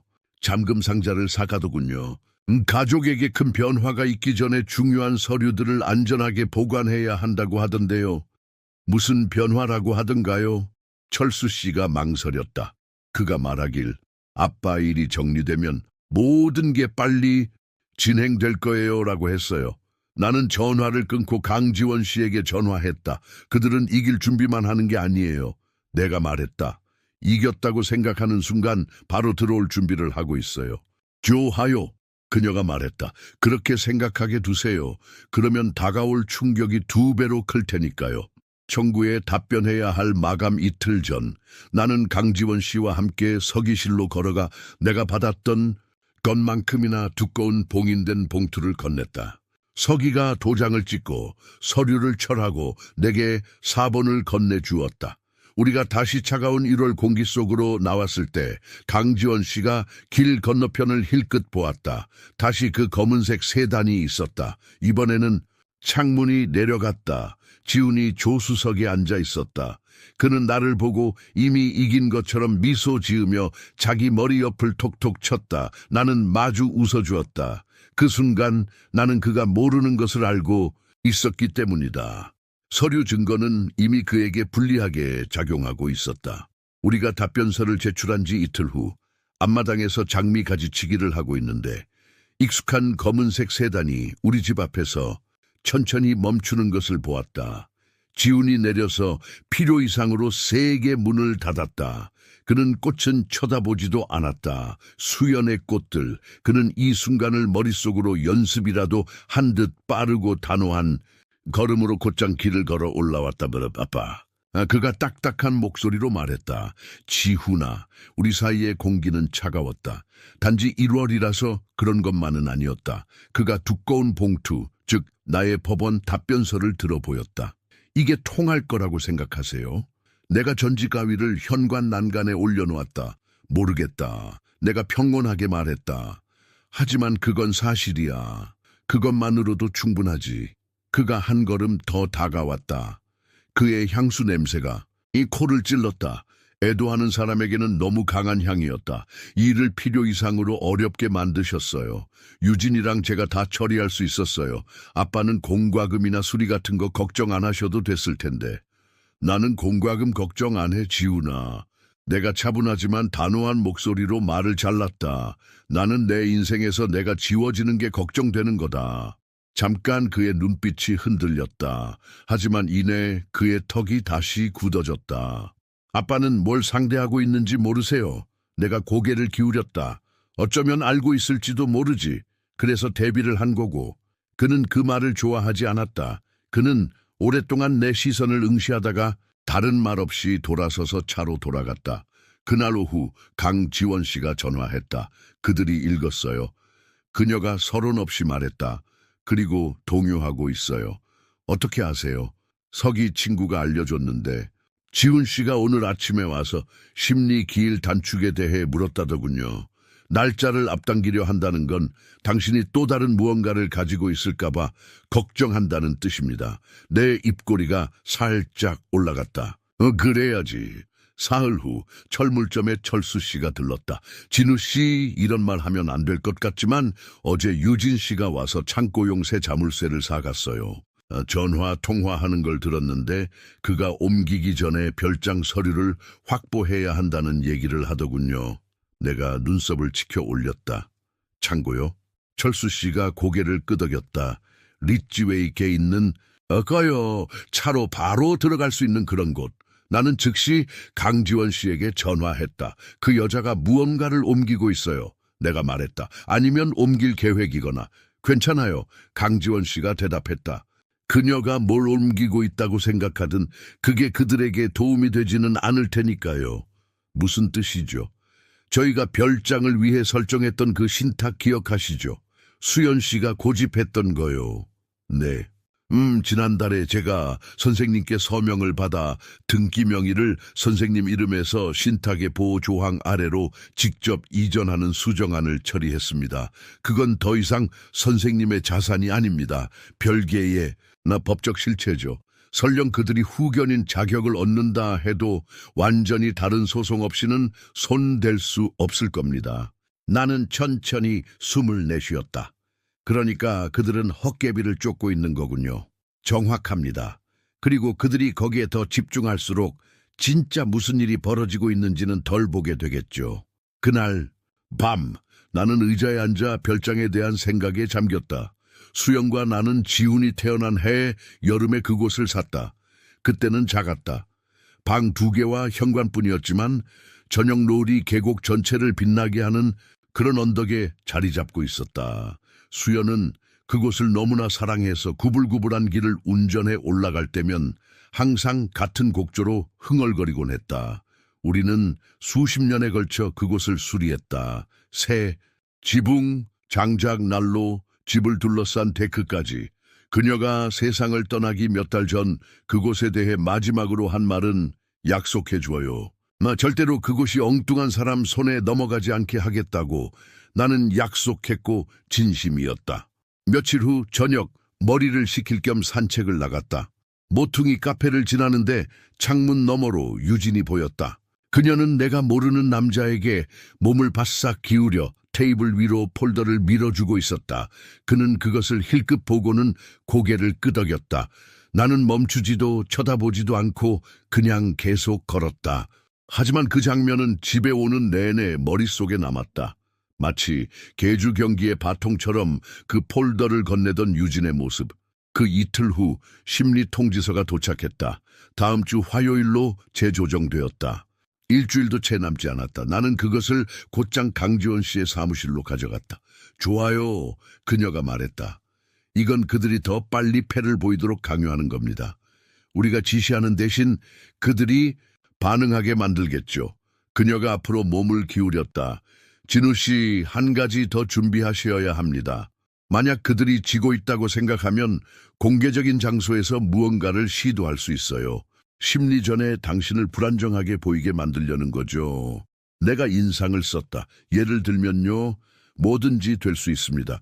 갑작스러운 비난, 증인들 앞에서 일어났다고 주장하는 사건, 그냥 그들에게 빌미를 주지 마세요. 다음 날 나는 원래 전후회 조찬 모임에 가기 위해 커뮤니티 센터로 갔다. 지난 몇 달은 건너뛰었지만 사람들에게 내가 정신이 또렷하고 안정적이며 활발하게 참여하는 모습을 보여주고 싶었다. 효과가 있었다. 나는 악수를 하고 옛날 이야기를 하고 심지어 경품 추첨권 정리를 돕기도 했다. 오랜 친구인 박 상사와 김 하사는 맛없는 커피를 마시며 나와 함께 웃었고 새로 온 사람들은 우리가 시작했던 텃밭 가꾸기 프로젝트에 대해 내가 이야기할 때 예의 바르게 들어주었다. 모든 악수는 단순한 인사를 넘어섰다. 그것은 이 방에 있는 사람들에게 내가 이 공동체의 일원이며 정신이 오락가락하는 외톨이가 아니라는 것을 상기시키는 것이었다. 나오는 길에 철물점의 이 사장님 부인을 만났다. 집안에 좀 안 좋은 일이 있다고 들었어요. 그녀가 부드럽게 말했다. 누군가 보증 서줄 사람이 필요하면 제가 도와드릴 거 아시죠?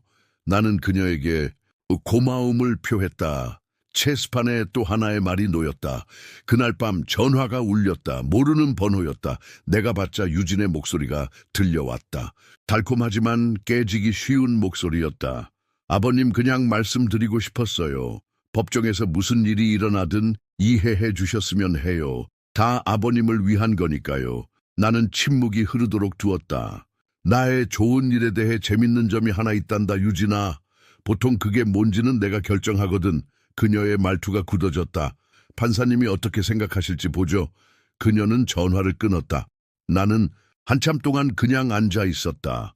벽난로에 불은 사그라들어 벽에 그림자를 드리우고 있었다. 위층에는 수연의 편지가 여전히 잠금 상자 안에 있었다. 별장 신탁 서류는 강지원 씨의 금고에 있었다. 그리고 나머지는 그들이 아직 모르는 부분은 여전히 진행 중이었다. 지훈과 유진이 별장을 쫓는 동안 나는 나머지 내 자산들, 집, 계좌, 심지어 차까지 모두 같은 보호구조 아래에 정렬되도록 하고 있었기 때문이다. 심리가 열릴 때쯤이면 내 이름으로 된 재산 중 쌓을 가치가 있는 것은 단 하나도 남아있지 않을 것이다. 그것이 그들이 결코 예상하지 못할 부분이었다. 너무 늦기 전까지는. 심리전 토요일, 나는 지훈의 집에서 반 블록 떨어진 곳에 차를 세우고 시동을 끈 채 부드러운 겨울 햇살이 그들의 현관에 쏟아지는 것을 지켜보고 있었다. 평소에 의미로 염탐하러 온 것은 아니었다. 그저 아무도 보고 있지 않다고 생각할 때 그들이 어떻게 움직이는지 보고 싶었을 뿐이다. 앙상한 나뭇가지 사이로 유진이 상자 더미를 SUV로 옮기는 것이 보였다. 그녀의 어깨와 귀 사이에는 휴대폰이 끼워져 있었다. 그녀는 내가 들을 수 없는 누군가에게 빠르게 말하며 고개를 끄덕였다. 잠시 후 지훈이 서류 가방처럼 보이는 것을 들고 나왔다. 그는 그것을 그녀에게 건네고 그들은 짧고 딱딱하게 몇 마디 나눈 뒤 다시 안으로 들어갔다. 내가 앉은 곳에서 그 장면은 거의 평범해 보였지만 나는 평범한 순간들이 종종 가장 깊은 의도를 숨기고 있다는 것을 충분히 배웠다. 나는 그들이 철수 씨가 언급했던 리찌웨이 가의 창고 시설 쪽으로 차를 몰고 떠나는 것을 볼 때까지만 머물렀다. 내 손가락은 초조함 때문이 아니라 그들이 여전히 별장이 자신들의 티켓이라고 확신하고 있다는 것을 천천히 깨달으며 핸들을 두드렸다. 나는 따라가지 않고 그들을 보냈다. 그 대신 나는 집으로 차를 몰고 와 주전자에 물을 올리고 법률 노트패드를 들고 식탁에 앉았다. 거실에서는 벽난로의 장작이 타닥거렸다. 나는 노트에 지난 2주간 나를 만났던 모든 사람의 이름을 적기 시작했다. 카페에서, 철물점에서, 전후에 조찬 모임에서 만난 사람들, 날짜와 시간까지 함께. 편집증이 아니었다. 강지원, 씨는 분명히 말했다. 만약 그들이 당신을 불안정한 사람으로 몰아가려 한다면 그렇지 않다고 말해줄 신뢰할 만한 증인들이 필요하다고. 날짜, 시간, 대화 내용, 평범할수록 더 좋다고 했다. 그래서 나는 가장 사소한 만남까지도 적어 내려갔다. 철물점의 이 사장님 부인, 조찬 모임의 박 상사, 폭설에 대해 잠시 이야기를 나눴던 우체부 아저씨까지. 이름 하나하나가 내가 쌓아 올리는 벽의 벽돌 한 장이었다. 이틀 후 전화가 울렸다. 이 사장님 부인이었다. 박 선생님, 믿기지 않으시겠지만 오늘 유진 씨가 클립보드를 들고 여기 왔었어요. 최근에 선생님께서 혼란스러워하는 모습을 본 사람이 있는지 묻고 다니더라고요. 나는 가볍게 말했다. 그래서 뭐라고 하셨어요? 제가 선생님 나이 절반인 사람들보다 더 정신이 또렷하다고 하셨나요? 선생님, 그 여자는 긁어 부스럼 만들려는 거예요. 알아요. 내가 말했다. 그렇게 하라고 두세요. 완전히 헛다리 짚고 있으니까. 그날 밤 나는 잠을 이룰 수 없었다. 현관으로 나가 폐부 깊숙이 파고드는 날카로운 공기를 마시며 어두운 마당을 둘러보았다. 수연은 겨울이야말로 진실이 드러나는 계절이라고 말하곤 했다. 나무잎이 다 떨어져 숨을 곳이 없어진 앙상한 나무들처럼 말이야. 거기에 서서 나는 발밑에 서리처럼 선명하게 진실을 느꼈다. 지훈과 유진은 나를 위하는 게 아니었다. 그들은 자기 자신들을 위하고 있었다.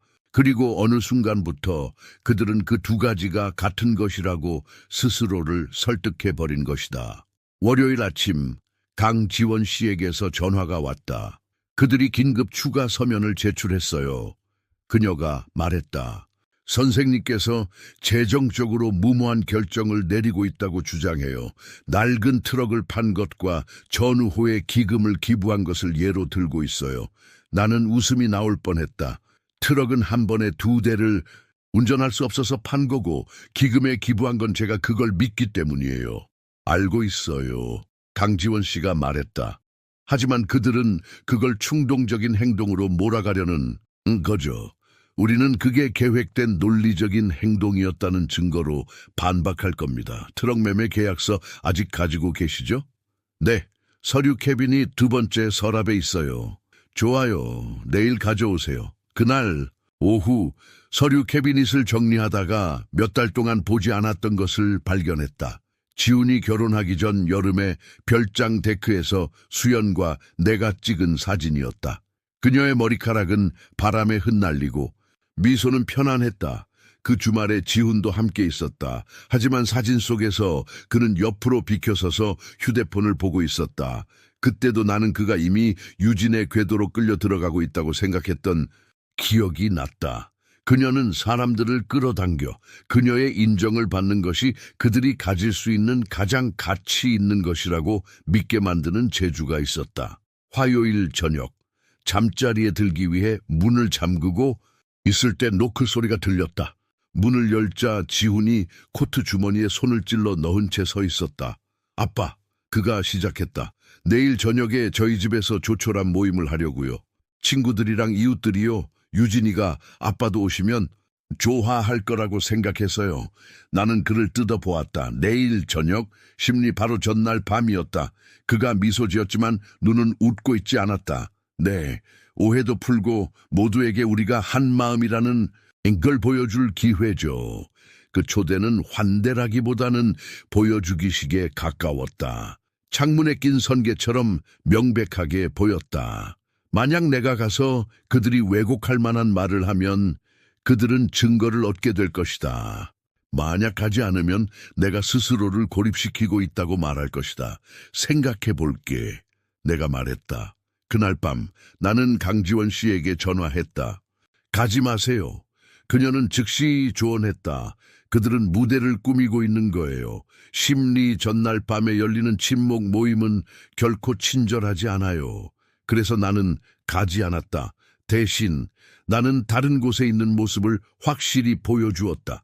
전후에 회관에서 기부받은 코트를 내리는 것을 돕고 내가 정확히 어디에 있었는지 기억할 사람들과 이야기를 나누었다.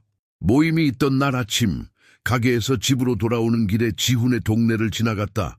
길게는 차들이 줄지어 서 있었다. 창문 너머로 유진이 밝은 빨간색 원피스를 입고 이웃들과 웃고 있는 것이 보였다. 지훈은 음료를 따르고 있었다. 이따금 그들 중 한 명이 문 쪽을 힐끗 쳐다보았다. 마치 누군가를 기다리는 것처럼 나를 기다리는 것이리라. 나는 짐작했다. 나는 계속 차를 몰았다. 다음 날 철수 씨가 우체국 앞에서 나를 멈춰 세웠다. 진우 씨, 어젯밤에 아주 대단한 저녁을 놓치셨더군요. 그가 말했다. 유진 씨가 사람들한테 당신이 요즘 기억력이 깜빡깜빡한다고 말하고 다니던데요. 지훈은 불편해 보였지만 그녀를 말리지는 않았다고 했다. 나는 그에게 고맙다고 했지만 가슴이 답답했다. 그들이 나를 깎아내리려 할 것이라고 의심하는 것과 그들이 얼마나 아무렇지 않게 그런 짓을 했는지 듣는 것은 다른 문제였다. 그날 밤 나는 폴더를 한 번 더 훑어보았다. 모든 영수증, 모든 공증된 서류, 친구들과 이웃들의 모든 진술서가 그곳에 있었다. 그리고 페이지들 사이에는 별장에 대한 신탁 서류가 끼워져 있었다. 그들이 원하는 모든 것이 손에 닿는 곳에 있지는 않다는 것을 조용히 상기시켜주는 문서였다. 잠자리에 들기 전 나는 쪽지를 써서 다음 날을 위해 재킷 안주머니에 넣었다. 법원을 위한 것이 아니었다. 나를 위한 것이었다. 네 단어. 수연이 자랑스러워할 거야. 나는 그것을 나와 함께 가져가고 싶었다. 지훈과 유진이 법정으로 몰고 올 어떤 폭풍에도 맞설 방패처럼 마침내 불을 껐을 때 집은 조용했다. 예전에는 무겁게 느껴졌던 그런 종류의 고요함이었다. 하지만 오늘 밤 그것은 준비된 고요함. 마치 조수가 바뀌기 전에 정적처럼 느껴졌다. 내일이면 전선이 그어질 것이다. 그리고 이번에는 나는 그들의 게임에 준비 없이 발을 들여놓지 않을 것이다. 나는 나만의 판과 나만의 규칙을 가지고 갈 것이며 그들은 마지막 수가 두어질 때까지 그것을 보지 못할 것이다. 법원은 묵은 종이 냄새와 너무 오랫동안 보옹이 위에 놓여있던 커피, 냄새가 희미하게 났다. 높은 창문을 통해 들어온 빛이 잘 닦인 나무 벤치를 가로질러 비쳤다. 나는 강지원 씨 옆 원고석에 앉았다. 두 손을 모으고 테이블에 나뭇결을 응시했다. 통로 건너편에서는 지훈과 유진이 그들의 변호사와 속삭이고 있었다. 그는 금융서비스 광고에서 막 튀어나온 것처럼 보이는 머리에 기름을 바른 말쑥한 남색 정장 차림의 남자였다. 유진의 빨간 매니큐어를 칠한 손톱이 팔걸이를 초조하게 두드렸다. 지훈은 계속 넥타이를 고쳐매며 나를 힐끗 보았다가 다시 시선을 돌렸다. 법정 경위가 개정을 알렸고 60대의 흔들림 없는 시선을 가진 여성, 판사님이 자리에 앉았다. 그녀는 사건 목록을 훑어본 뒤 변호사들을 똑바로 쳐다보았다. 시작합시다. 그녀가 말했다. 지훈의 변호사가 먼저 나섰다. 그의 목소리는 거의 연습한 것처럼 매끄러웠다. 재판장님, 제 의뢰인들은 박진우 씨의 안위에 대해 깊이 우려하고 있습니다. 그들은 변덕스러운 의사결정 패턴, 가치 있는 자산을 매각하고 가족과 상의 없이 거액을 기부하는 행위, 그리고 가장 주목할 만한 점으로 의심스러운 상황해 재산을 이전하려는 시도를 목격했습니다. 그들은 박진우 씨가 자신의 사물을 처리할 능력이 있는지 염려하며 그의 안전을 보장하고 재산을 보존하기 위해 그의 법적 후견인으로 지정되기를 희망합니다. 그는 마치 최종 변론을 마친 것처럼 자리에 앉았다. 유진은 그의 연기가 흠잡을 데 없었다는 듯이 그의 팔을 토닥였다. 강지원 씨가 천천히 일어나 노트를 챙겼다. 넌다. 재판장님, 제 의뢰인인 박진우 선생님은 그의 자율성과 재산을 박탈하려는 계산된 시도의 표적이 되어 왔습니다. 원고 측이 제시한 소위 패턴이라는 것들은 유능한 성인이 내린 책임감 있는 결정에 지나지 않습니다.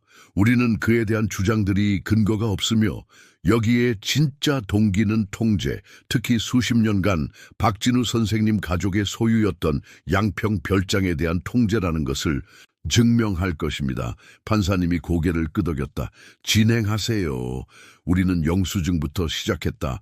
낡은 트럭의 매각, 구매자의 진술서와 함께 공증된 깔끔한 매매 계약서는 거래가 몇 주 전에 미리 약정되었음을 보여주었다. 그 다음은 전후회 기금 기부, 계획된 연례 기부의 일부였음을 보여주는 문서화된 서신은 수연과 내가 몇 년 동안 해왔던 일이었다. 판사님 책상 위로 서류가 한 장씩 넘어갈 때마다 유진은 자리에서 몸을 뒤척였다. 지훈은 턱을 굳힌 채 정면만 응시했다. 그 다음은 증인들이었다.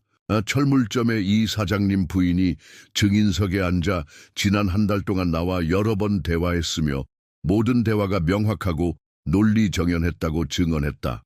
전후에 조찬 모임의 박 상사는 내가 코트 기부 물품을 정리하고 서명부를 관리하고 심지어 그의 끔찍한 글씨체를 놀렸던 일까지 묘사했다. 모든 증언은 강지원 씨가 쌓아 올리겠다고 약속했던 벽의 벽돌 한 장이었다. 중반쯤 지훈의 변호사가 방역을 시도했다. 박진우 씨, 최근에 중요한 서류를 잃어버려서 아들에게 도움을 요청해야 했던 것이 사실입니까? 나는 그의 시선을 똑바로 마주했다. 공과금 고지서를 잠시 못 찾았습니다. 10분 뒤에 신문 밑에서 찾았죠. 만약 그게 무능의 근거가 된다면 재판장님, 온 나라 사람 절반은 후견인을 둬야 할 겁니다. 법정 안에 조용한 웃음이 퍼졌다. 판사님의 입꼬리마저 살짝 올라갔다. 하지만 진짜 전환점은 강지원 씨가 철수 씨를 불렀을 때 찾아왔다. 그는 잘 다려진 플란넬 셔츠를 입고 넓은 어깨를 펴고 증인석에 앉아 선서했다. 이철수 씨, 강지원 씨가 시작했다. 저에게 창고에서 원고들이 나누는 대화를 목격하셨다고 말씀하셨죠. 그 내용을 법정에서 공유해 주실 수 있습니까? 철수 씨가 고개를 끄덕였다. 네, 변호사님, 제가 연장 좀 맡기러 갔다가 들었습니다. 유진 씨가 지훈 씨한테 서류에 도장만 받으면 봄이 오기 전에 별장을 내놓고 돈을 나눌 수 있다고 말하는 걸 들었습니다. 그녀가 말하길 제가 정확히 기억합니다. 나중에 안전한 곳에 모시고 나면 우리한테 고마워할 거야라고요. 방 안의 공기가 바뀌었다. 유진의 고개가 지훈에게로 획 돌아갔다.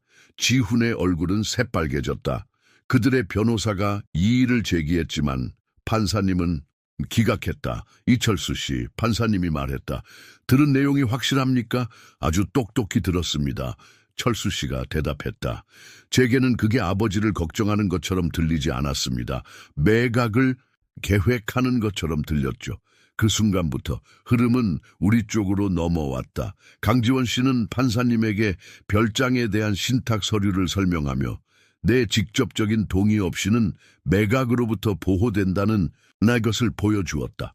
그녀는 유진이 별장이 상속받을 수 있는 재산이 아니라는 것을 알게 된 직후에 모든 우려가 제기되었다는 의심스러운 시점을 지적했다. 내가 말할 차례가 되었을 때 나는 간단하게 말했다. 저는 72살입니다. 평생을 일했고 나라에 봉사했으며 제때 세금을 냈습니다. 완벽하지는 않지만 제 스스로 결정을 내릴 능력은 있습니다. 제 아내와 저는 그 별장을 가족을 위한 장소로 지었지 흥정의 대상으로 지은 것이 아닙니다. 만약 제 아들과 며느리가 그것을 받아들일 수 없다면 그건 그들의 선택입니다. 하지만 그들이 제 선택을 빼앗을 수는 없습니다. 판사님은 오랫동안 침묵 속에 등을 기댄 채 앉아 있었다. 그리고 그녀가 말했다. 박진우 씨, 제출된 증거와 증언에 근거하여 본 법원은 성년 후견 개시, 심판 청구를 인용할 근거가 없다고 판단합니다. 나아가 원고들이 박진우 씨의 재산이나 재정적 결정에 간섭하는 것을 금지하는 접근 금지 명령을 발부합니다. 그녀의 의사봉이 내려치는 소리는 내게 마치 자물쇠가 제자리에 철컥하고 잠기는 소리처럼 들렸다. 지훈의 어깨가 축 처졌다. 유진이 그의 귀에 날카롭게 무언가 속삭였지만 그는 그녀를 쳐다보지 않았다. 그들의 변호사는 이미 다음 사건으로 넘어간 듯한 표정으로 서류를 챙기기 시작했다. 강지원 씨가 나를 돌아보며 작지만 확신에 찬 미소를 지었다. 끝났습니다. 그녀가 말했다. 법원을 걸어 나오자 겨울 햇살이 응당 그래야 하는 것보다 더 따뜻하게 느껴졌다.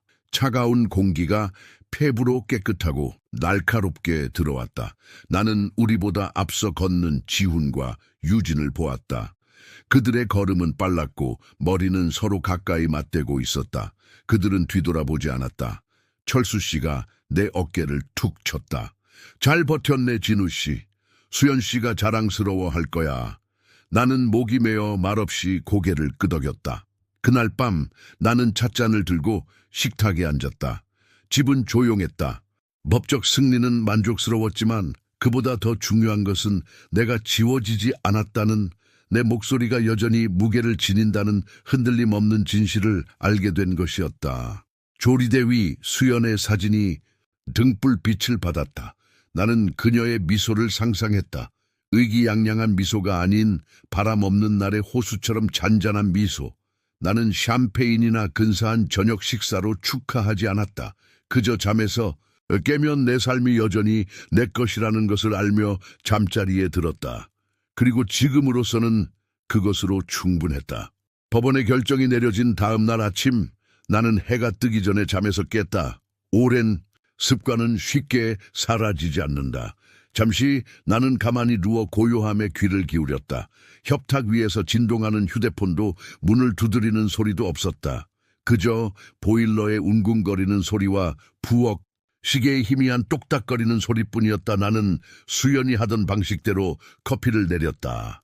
원두 한 스푼 가득, 계피가루 약간, 그리고 천천히 뜨거운 물을 부었다. 풍부하고 익숙한 향이 부엌을 가득 채웠다. 나는 머그잔을 들고 뒤 현관으로 나갔다. 그곳의 공기는 얼굴이 시릴 만큼 차가웠고 첫 햇살이 호수를 비추는 것을 지켜보았다. 이제 호수는 다르게 보였다. 물이 변해서가 아니라 내가 변했기 때문이었다. 지난 몇 달간 내가 짊어졌던 무게, 별장뿐만 아니라 내 삶에 대한 발언권마저 잃을지 모른다는 두려움이 사라졌다. 잊힌 것이 아니라 사라진 것이다. 그날의 계획이 있었다. 소소한 것들이었다. 전후회, 회관의 새는 지붕을 수리하는 것을 돕기로 철수 씨와 약속했다.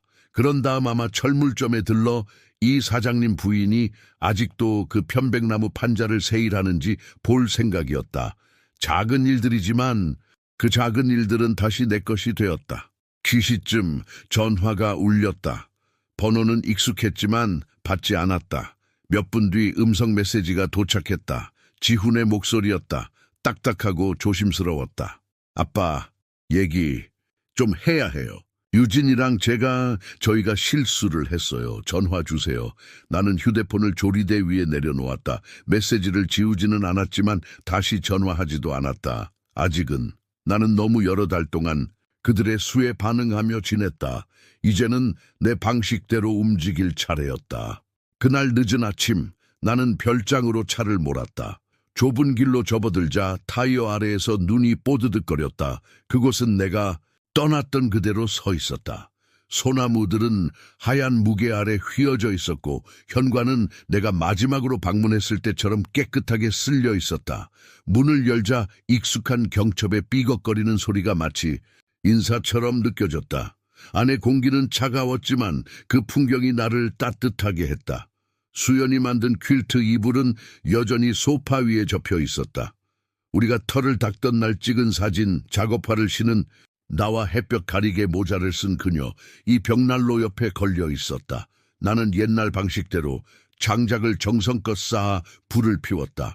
불꽃은 금방부터 타닥거리며 첫 온기를 피워 올렸다. 나는 뒤로 물러나 앉아 그 온기가 뼛속까지 새우며 들게 했다. 정회, 철수 씨가 막걸리 한 병과 해물파전을 들고 도착했다.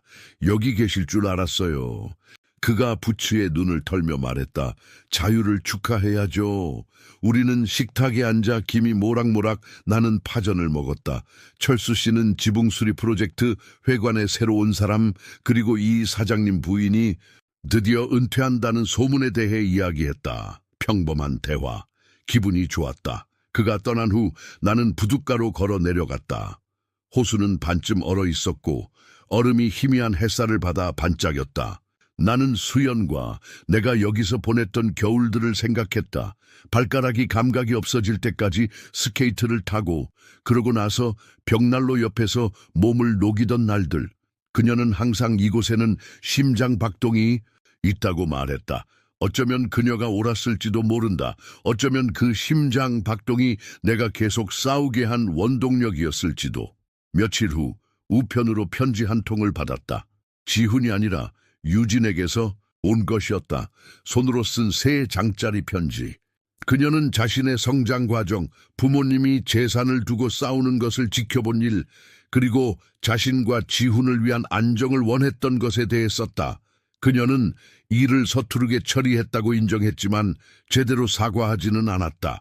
그녀는 우리가 앞으로 나아갈 길을 찾을 수 있을지 물었다. 나는 2번 읽고 그것을 깔끔하게 접어 겨울 장작 영수증들과 함께 서랍에 넣었다. 어떤 일들은 기다릴 수 있었다. 그들이 내 자산을 생각하느라 바쁜 동안 나는 내 삶을 생각하고 있었으니까. 심리 일주일 후 나는 강지원 씨를 다시 만났다. 우리는 그녀의 사무실에 앉아 책상 위에 서류를 펼쳐 놓았다. 모든 게 정리됐습니다, 박 선생님. 그녀가 말했다. 신탁은 빈틈이 없어요. 선생님의 허락 없이는 아무도 별장에 손댈 수 없습니다. 내가 고개를 끄덕였다. 좋아요. 하지만 한 걸음 더 나아가고 싶습니다. 그녀가 눈썹을 치켜 올렸다. 어떻게요? 제가 떠난 후에 이 별장이 전우들과 그 가족들을 위한 쉼터가 되도록 설정하고 싶습니다. 매각도 개인 소유도 없이요. 이곳이 항상 그래왔던 것처럼 사람들이 온전함을 느낄 수 있는 장소로 남게요. 그녀의 미소는 느렸지만 진심이었다. 가능합니다. 그렇게 나는 1월과 2월을 누가 나에게서 무언가를 빼앗아갈까 걱정하는 대신 우리 모두보다 더 오래 남을 무언가를 만드는 데 보냈다. 3월, 나는 첫 주말 쉼터를 열었다. 10명의 전우들, 몇몇은 배우자와 몇몇은 아이들과 함께였다. 우리는 모닥불에 요리를 하고 옛날 이야기를 나누고 낡은 스노모빌을 고쳤다. 어느 날 밤, 한 젊은 아버지는 몇 년 만에 처음으로 자기 가족이 어딘가에 속해 있다는 느낌을 받았다고 말했다. 나는 별말 없이 고개를 끄덕였다. 하지만 마음속에서는 무언가가 한결 더 편안해졌다. 봄이 왔고 예상치 못한 노크 소리가 내 별장 문을 두드렸다.